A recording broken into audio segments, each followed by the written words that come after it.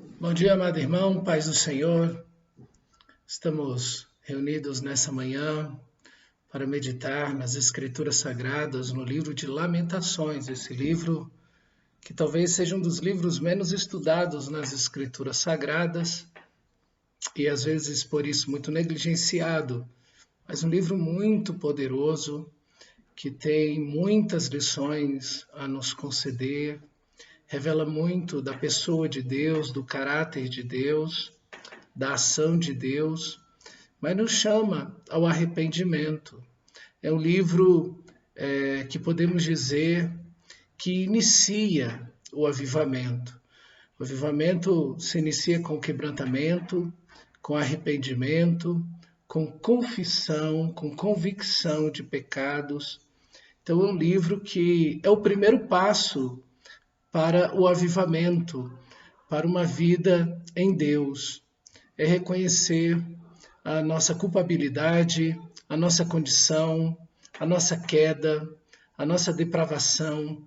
E então, pela graça de Deus em Cristo Jesus, pelo poder do Espírito Santo, podemos nos voltar para Deus em arrependimento e quebrantamento de coração genuíno, verdadeiro, e buscando ao Senhor esperar dele esse avivamento. Às vezes tem alguma área da sua vida que precisa desse avivamento, dessa restauração de Deus. Então, é fundamental iniciar plantando essa semente do arrependimento na sua vida. Abre então, por favor, a sua Bíblia no livro de Lamentações de Jeremias, o capítulo 1, nosso versículo 8 até o 22. Nós fizemos uma pequena meditação do versículo 1 ao 7, e agora eu gostaria de fazer a meditação do versículo 8 ao 22. Como eu disse para você, é um livro que é um poema, são 5 cânticos, são 5 poemas. Então, uma narrativa histórica, quando a gente lê, a gente vai lendo a história, né? E é mais fácil, você vai compreendendo a história. Mas como é uma poesia, então exige uma leitura mais devagar, uma leitura mais pausada, uma leitura mais atenta às mensagens que a própria poesia vai trazendo para você. Então, é um livro que você precisa ler ele algumas vezes. Você lê o capítulo, lê ele novamente, outra vez, devagar, de preferência em um tom de voz que você consiga se ouvir, né? E aí você para, analisa, vê a mensagem em cada frase, em cada versículo. Realmente exige isso de nós, a Escritura Sagrada como um todo. Mas o livro como Jeremias, as Lamentações de Jeremias, exige um pouco mais da gente, justamente por ser um livro que são cânticos e poesias. Então, e a mensagem ali, ela está mais concentrada, a figura de linguagem. Então, você precisa parar e meditar um pouco mais no texto sagrado. Então, o capítulo 1, versículo 8, inicia-se dizendo o seguinte, que Jerusalém, e aí a cidade fica personificada como se fosse uma mulher, né? Então, veja, a figura de linguagem que trabalha em cima disso. Ela pecou gravemente. Claro, a cidade não pecou, os habitantes é que pecaram, né? Mas quando ele fala cidade, ele está colocando os moradores daquela cidade, os habitantes daquela cidade. Quando eu falo Samambaia, eu estou falando dos habitantes da Samambaia, do DF, enfim. Então, o texto vai dizer que Jerusalém, pecou gravemente. Quando nós olhamos no livro de Jeremias, quais foram os pecados e de todos os profetas, quais foram os pecados de Jerusalém, nós vamos ver que os pecados de Jerusalém, gravíssimos, são a idolatria, que é o orgulho, é a independência de Deus. É alguém que pode viver das suas próprias forças, que coloca sua segurança, por exemplo, no seu diploma, no seu dinheiro, na sua saúde, no seu corpo, na sua inteligência. é uma pessoa que consegue viver sem Deus. Raramente você vai ouvir alguém dizer isso, não, eu vivo sem Deus, Raramente alguém vai dizer um negócio desse. Mas a atitude, eu posso passar dias sem orar, eu posso passar dias sem a palavra de Deus. Eu tenho uma necessidade, um problema, raramente eu vou buscar a Deus nisso. Eu geralmente vou tentar isso na minha própria força. Isso é idolatria. Isso é orgulho espiritual. Isso é a queda do ser humano, é a essência de todo o pecado. E isso é pecar gravemente. É quando Deus não é o centro da sua vida e de tudo que você é e faz. Ele não é a razão, o motivo, a alegria. Veja, tudo no universo gira em torno de Deus, tudo precisa de Deus, tudo necessita dele, tudo foi criado por ele, por meio dele, para ele. Então tudo depende de Deus. Os salmistas vão dizer que se Deus abre a mão, todos se fartam, se Deus fecha a mão, todos perecem. Então o sol gira e brilha por causa de Deus. Deus sustenta todas as coisas. Deus faz tudo isso funcionar. Deus é o centro de tudo. A queda é quando Deus fica na periferia da nossa vida. É quando o centro de tudo somos nós mesmos. Isso é pecar gravemente. Foi isso que fez o diabo. É o orgulho. Esse foi o pecado do diabo. E é isso que fez o diabo ser o que ele é. Né, maligno, o próprio mal em si. Então, o pecar gravemente, às vezes a gente acha que é matar o outro, não, esse é o pecado do qual todos os outros vão nascer. Todos os outros vão nascer, todos os pecados vão nascer do orgulho, da idolatria, quando você, sua vontade estão no centro de tudo, e não é Deus que está no centro de tudo. Então, nada pode funcionar adequadamente, nada pode ser certo quando Deus deixa de ser o centro de todas as coisas. Então, esse é o grande pecado de Israel, o grande pecado de toda a humanidade, o grande pecado que cometemos. Depois vem a imoralidade e a injustiça. Então, o adultério, pornografia, enfim, tudo isso são imoralidades que Israel cometeu, e a injustiça contra pobre, viúva, órfãos, contra as pessoas de bem, enfim, todo pecado de injustiça, né? Não dá o direito, enfim, esses foram os pecados de Israel. E geralmente, quando alguém comete algum pecado, a pessoa quer ser aceita, a pessoa quer glória, visibilidade, honra, autossatisfação, né? A pessoa quer que tudo vá bem, mas o texto no versículo 8 vai dizer justamente que o resultado desse pecado é a repugnância. Essa pessoa se torna repugnante para si mesmo, para os outros e obviamente também para Deus, porque Deus é santo. Então, o desprezo e a vergonha acompanham essa repugnância. São 3 características de alguém que pecou contra o Senhor da glória, que pecou gravemente. Então, é justamente o oposto. A gente geralmente quer ao pecar, quer obter coisas boas, mas é justamente o oposto que você obtém. Às vezes, naquele momento, você obtém até algo que parece ser agradável, satisfatório, parece ser algo bom, mas aquilo tudo vai resultar em algo muito ruim. E é o que diz o versículo 9. Ela não pensava no seu fim. Aqui está o engano. O texto sagrado, Paulo em Gálatas diz, não vos enganeis. De Deus não se zomba. Aquilo que o homem plantar, isso também ele cegará. A gente se engana a si mesmo. Nós nos enganamos.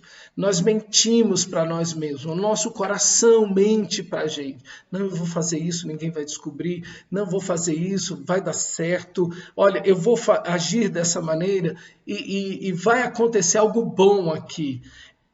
Olha, eu tenho que fazer isso de errado, mas é a única saída para resolver isso de errado que está acontecendo. Então, o coração humano se engana, as pessoas que estão ao nosso redor também acabam alimentando, fomentando esse engano no nosso coração. Não pode fazer, olha, é isso mesmo, você tinha razão, é isso mesmo. E a psicologia positiva aí, dessa teologia da psicologia positiva também soma-se ao mentir para nós. Você pode, você é forte, você é corajoso, você consegue, enfim, Deus, ele está obrigado a obedecer à sua fé, enfim, Deus é como um escravo da nossa fé. E o diabo mente também para o ser humano, né? Mentiu para Adão e Eva: no dia que você comer, vocês serão como Deus, enfim, então vocês não vão morrer. Então o engano acompanha o pecado sempre. E aqui está o ponto: Jerusalém não pensava no seu fim. A pergunta que você e eu temos que fazer é: agindo como eu estou agindo, vivendo como eu estou vivendo, como eu vou terminar? Para onde essas atitudes vão me conduzir? Então, o que você precisa fazer é o seguinte: pense numa pessoa, pense num grupo de pessoas, selecione um grupo de pessoas que estão vivendo ou que tiveram atitudes semelhantes, decisões semelhantes a que você está tendo numa área da sua vida.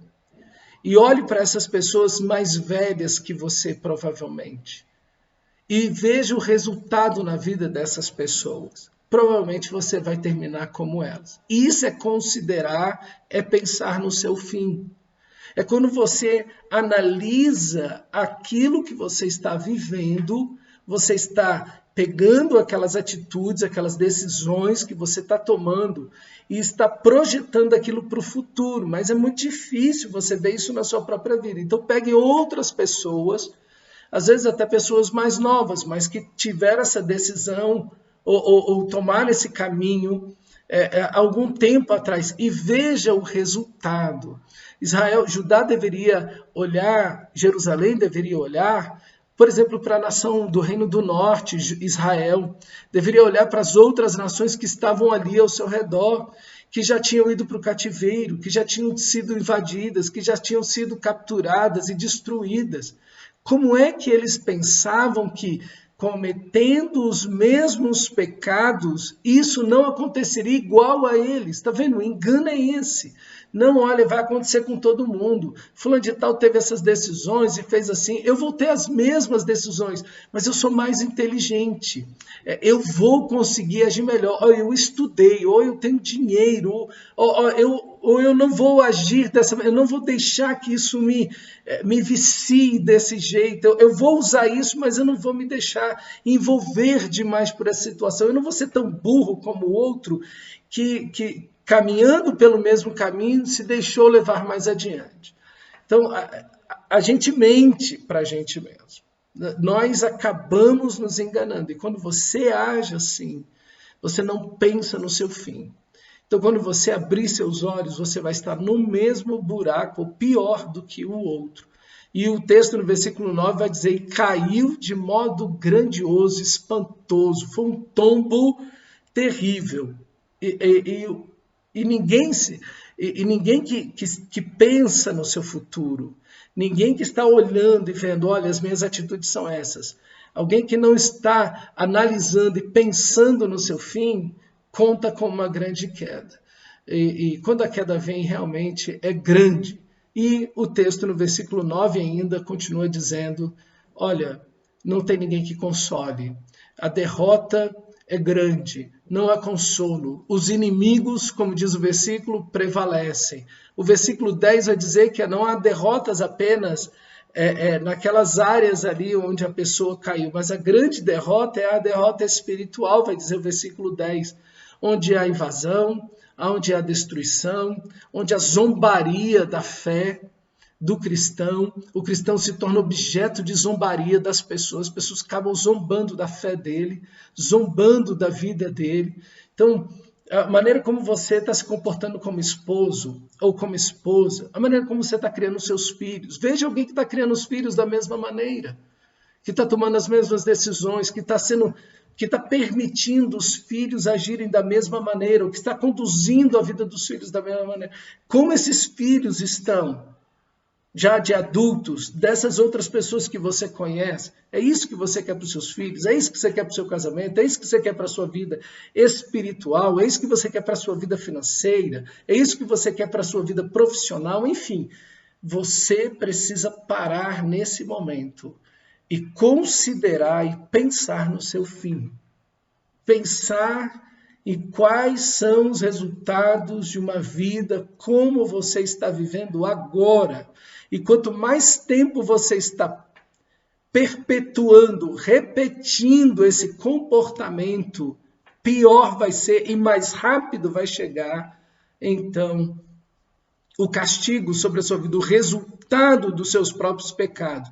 E se busca consolo e não se acha. Porque quando você estiver desfrutando, entre aspas, porque não é desfrutar, né? É recebendo a consequência dos seus próprios pecados, não há quem te console, não há palavras, não existem atitudes que vão minimizar essa situação, a não ser que alguém venha mentir para você. Não, e geralmente a pessoa mente para si mesma. Umas pessoas, já encontrei, infelizmente, essa situação, pessoas que se divorciaram. Não, olha, Deus sabe o que faz. Não, Deus sabe o que faz, você é que não sabe. Você é que não sabe o que está fazendo. Então, assim, essas situações que as pessoas plantam e no momento da colheita que estão tendo, ainda querem espiritualizar a coisa, no lugar de se arrepender, no lugar de buscarem a Deus, de se humilhar, de dizer, não, Deus agiu, Deus fez. Não, isso não tem nada a ver com Deus, isso é consequência do seu pecado. Né? Jesus diz que Deus deu o divórcio a Moisés por causa da dureza do vosso coração. Enfim, não é porque era vontade de Deus, porque era o plano de Deus, de jeito nenhum. E diante de toda essa situação de colheita do pecado, se perdem os bens, diz o versículo 11, os dissipam-se os bens. Você começa a perder na sua vida, você perde na sua alma, nos seus sentimentos, corrói tudo por dentro, sua vida espiritual vai junto, seus bens vão juntos, e é preciso, como diz o versículo 12, passar por isso sozinho. Não há consolo. Não há consolo. Você tem a oportunidade de voltar atrás, de se arrepender, de buscar a Deus antes de chegar ao fundo do poço. Depois que você chegou lá, não há o que fazer. As lágrimas, aí no caso, são até inúteis. Por quê? Porque raramente se consegue restaurar e voltar alguma coisa. E aí entra o engano de novo. Não, tudo vai dar certo. Não, tudo, olha, vai passar. Olha, tudo isso. E as pessoas vão se enganando a si mesmas. E elas vão destruindo áreas da sua vida. Pecado, tudo que toca, destrói. Não há nada que a imoralidade, que a idolatria não vai destruir na sua vida. Tudo vai ser destruído na sua vida pela idolatria, pelo orgulho, pelo governo do próprio eu, pela desobediência da palavra de Deus. Tudo vai ser destruído e a imoralidade junto. Destrói tudo. Que você não entre por esse caminho, porque depois você vai ter que admitir a duras penas, de fato, isso não era vontade de Deus, Deus não queria isso, e eu estou colhendo as consequências dos meus próprios pecados. Versículo 12, 13, Deus castiga o pecador. E aqui existe uma ideia hoje em dia que Deus não disciplina, que Deus não castiga. Deus castiga, sim, no Antigo e no Novo Testamento, e ele castiga porque ele é santo.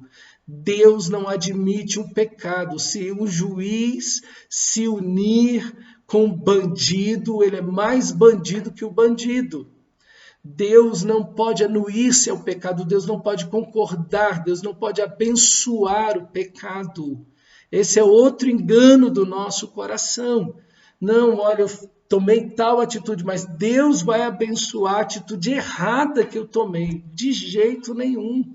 Deus não vai abençoar o seu pecado, porque Deus é luz e não há nele treva alguma. A única coisa que você tem que fazer diante do pecado é arrepender-se. É a única coisa que você tem que fazer. Busque a Deus.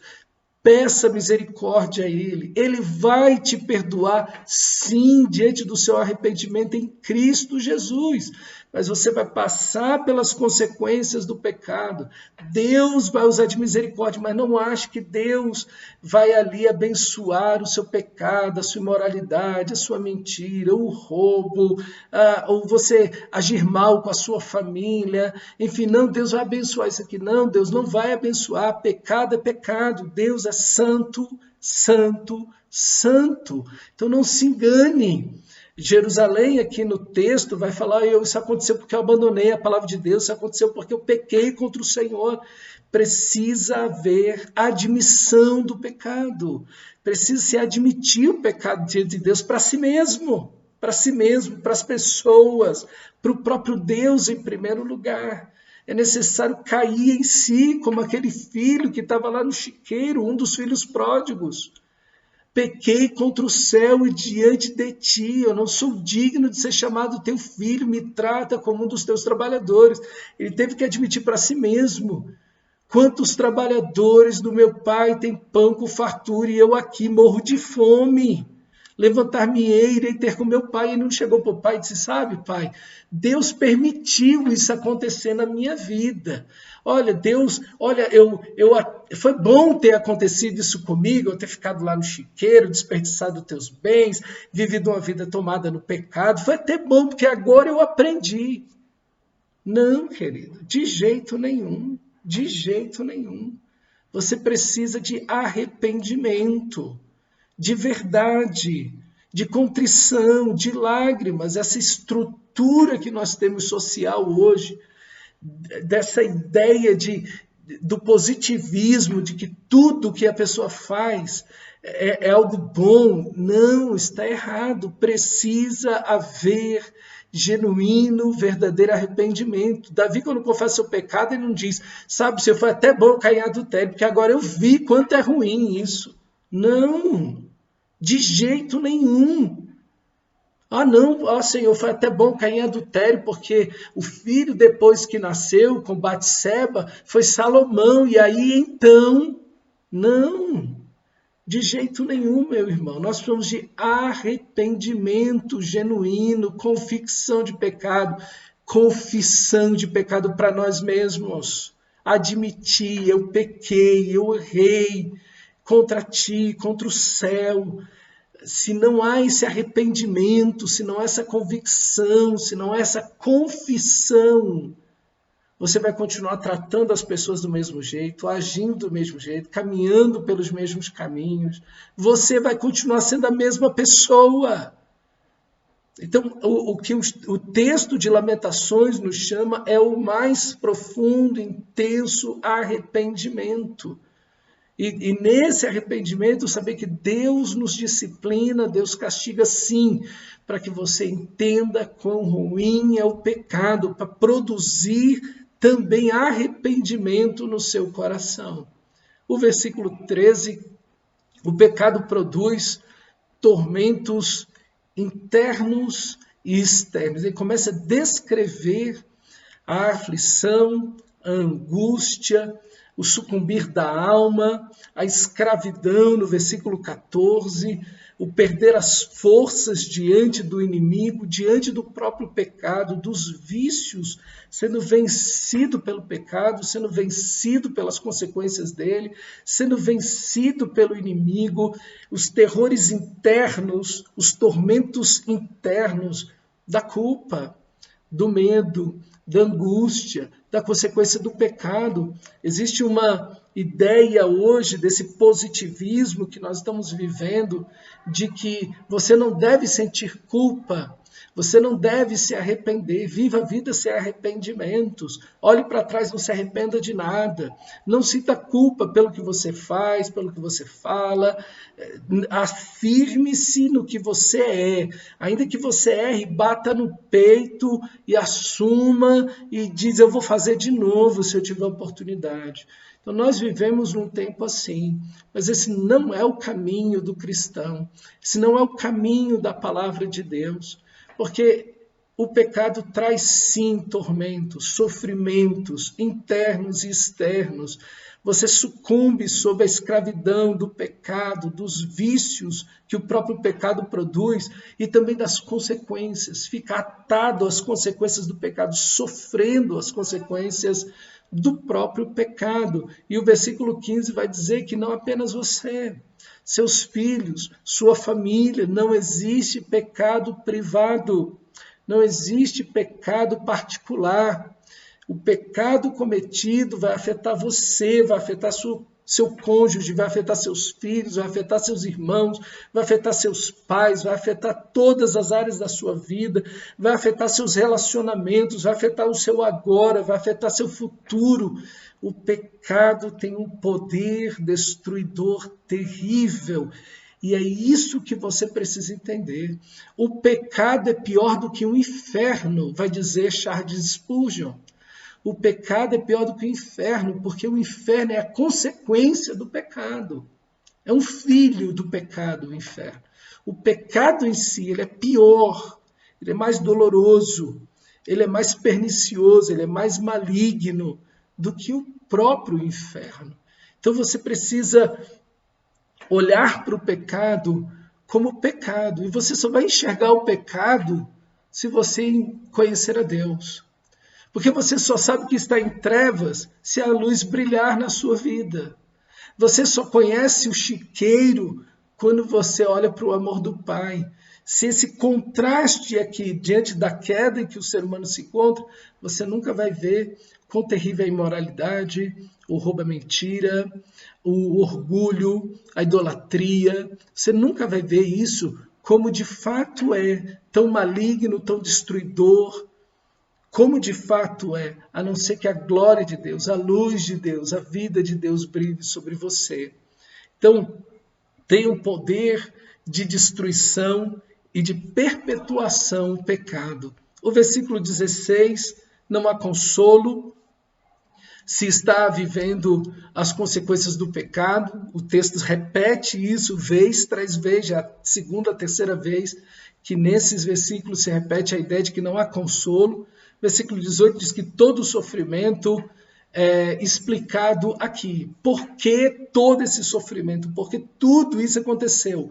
E aí a própria Jerusalém, a própria cidade diz, porque eu desobedeci a palavra de Deus, me rebelei, eu fui teimoso. Essa palavra hebraica aqui, rebelar, quer dizer desobedecer, ser teimoso, ser desobediente. Aqui está a consequência de tudo. Toda destruição, toda escravidão, todo sofrimento, toda dor está por causa da desobediência à palavra de Deus. Isso na sua vida, na sua família, seus familiares, conhecidos, nessa cidade, no mundo inteiro, tudo está em base a isso. Por isso é importante você obedecer à palavra de Deus, inclinar, ser corajoso, inclinar o seu coração à obediência à palavra. Não se desviar do texto sagrado nem para a direita e nem para a esquerda. Não tentar solucionar um pecado, um problema com pecados, mas obedecer às escrituras sagradas. Por isso Deus é justo, diz o versículo 18. Deus é justo em julgar e condenar a própria cidade de Jerusalém. Os próprios moradores que estão padecendo tudo isso, estão dizendo, Deus é justo.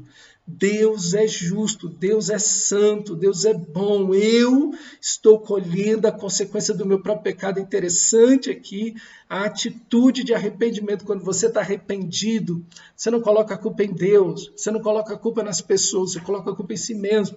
Como Davi disse, pequei contra ti somente, fiz o que era mal aos teus olhos. Por isso serás justo no teu falar e puro no teu julgar. Ele não colocou a culpa em Batseba, que estava a 10 metros do palácio, na sua casa, e Davi no terraço e ela pelada no quintal de casa tomando banho. Ela não era uma inocente, ninguém fazia isso naquela, nem hoje.